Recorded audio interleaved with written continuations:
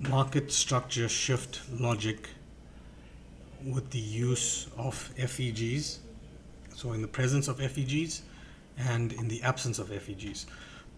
Now, you would have heard me previously talk about cases where if I expect a reversal to occur at any piece of price action or point of interest, I want to see an FVG being created in the stop hunt leg for that price action to reverse. And in the absence of any FVGs being created, there are two types of setups, right? One in the presence of FVGs, which I hold more value to, and in the absence of FVGs, market structure shift may occur, but I hold less value to it or less probability, right? Doesn't mean it can't reverse or reversal cannot occur. It's just that an A++ setup would form in the absence of in the presence of FVGs as opposed to the absence of FVGs. So what does this mean? If we look at this price action right here, right? Say that it was at some point of interest at the time that we've determined to be there somewhere. We had a stab into the level, but no clear or visible FVGs in these stop hunt legs right here. That's okay, because in the absence of any FVGs, the default that we go to find a market structure shift would be this, right? Go back to your zoom model, find the real high in the market, find the OLR, find the highest closing up candle body. Once price closes back below the highest closing up candle body before the OLR, so right here, this is when market structure shift occurs. You would then see that price retraces, rejects off of that level, and price moves away, right? You can see even if I drew this out in time, there's the rejection at that level again, and price moves away. So this may be something that some of you may have forgotten. This may be something new to you where we've used zoom logic, the highest closing up candle body, to determine the market structure shift occurring and how we would use that level to form any entries, right? So this is in the absence of any FVGs present in the stop hunt leg. Not an A+ setup or A++ setup, but things can certainly occur from here if we add or combine a few of the other things that we have already learned so far. So in the absence of any FVGs in the stop hunt leg, my setup or chances for reversal to occur are less, right? Unless I incorporate this market structure shift logic in the absence of FVGs with a few other things, I don't hold too high value to reversals occurring in the absence of FVGs. I would rather stay with a continuation play in this instance as opposed to thinking any reversals are occurring. Let's drag on near to the left a bit. When we do have an FVG present in the stop hunt leg, right here.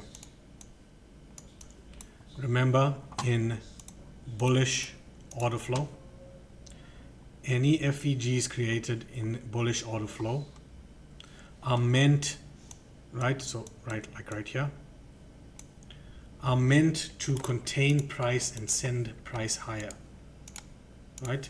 Any FVGs created are meant to contain price and send price higher. So you can see in this case, we tap in here, we move higher, it holds as support, we break through, it becomes resistance, price heads down lower. These FVGs become IFVGs or inverted FVGs.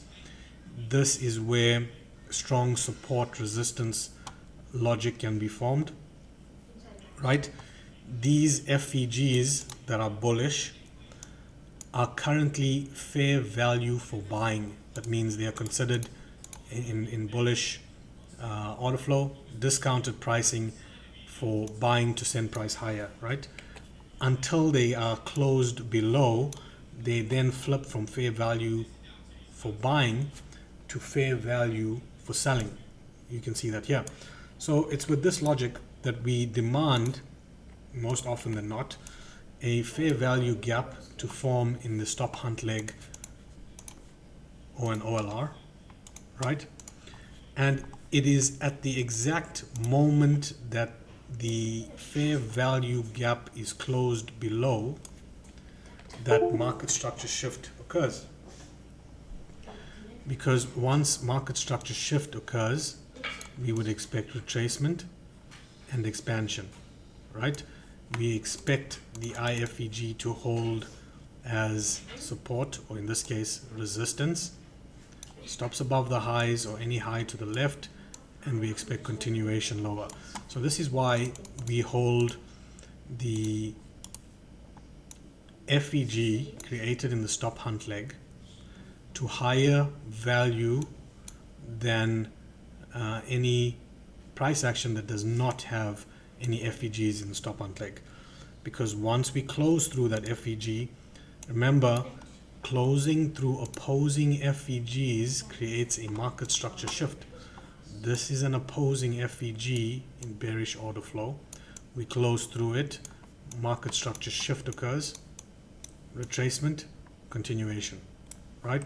So IFVG logic here, support becomes resistance, and this is how we play with FVGs in the stop hunt leg to determine the market structure shift. Now here's some added piece of value for you again. The order in which we would like this to occur is that we want market structure shift to occur before the order block is validated. So what does that mean? For an order block to get validated, we require this up candle right here.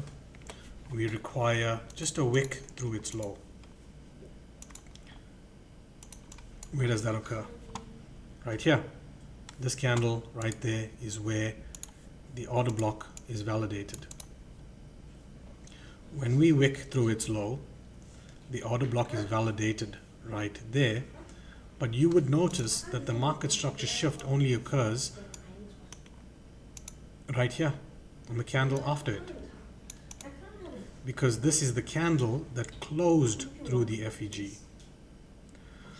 So in this case right here, the order block is validated, so the OB validated before MSS. It is in this exact case that the OB is likely to get raided, right? Keep this in mind. When the order block is validated before market structure shift, the order block is likely to get validated. What does that mean? If you have an order block right here,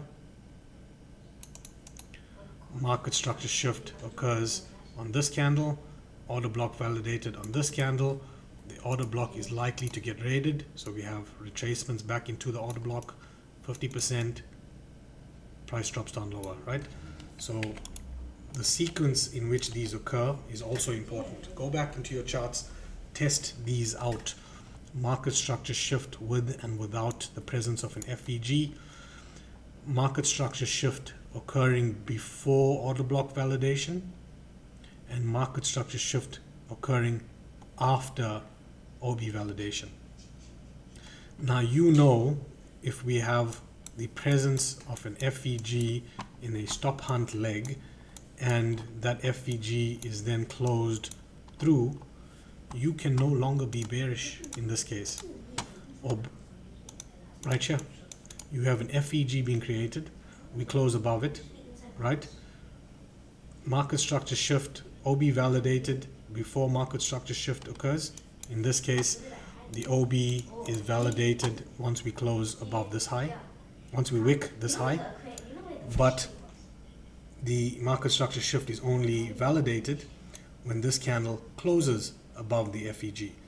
So we have a case where OB validated before market structure shift, the order block is raided and price moves away, right?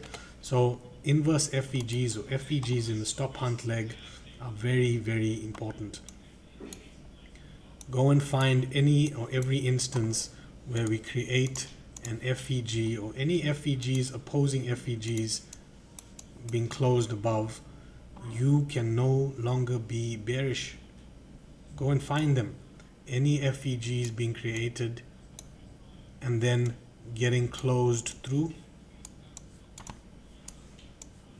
Go back and see what happens. Does price continue lower? Does price continue higher? It is only in instances when these FVGs flip from fair value for selling to fair value for buying that we get bullish. See that? Fair value for selling, close above it. Fair value for buying, expansion. So these are how we would use opposing FVGs for market structure shift and the logic behind them in the presence and the absence of that FVG.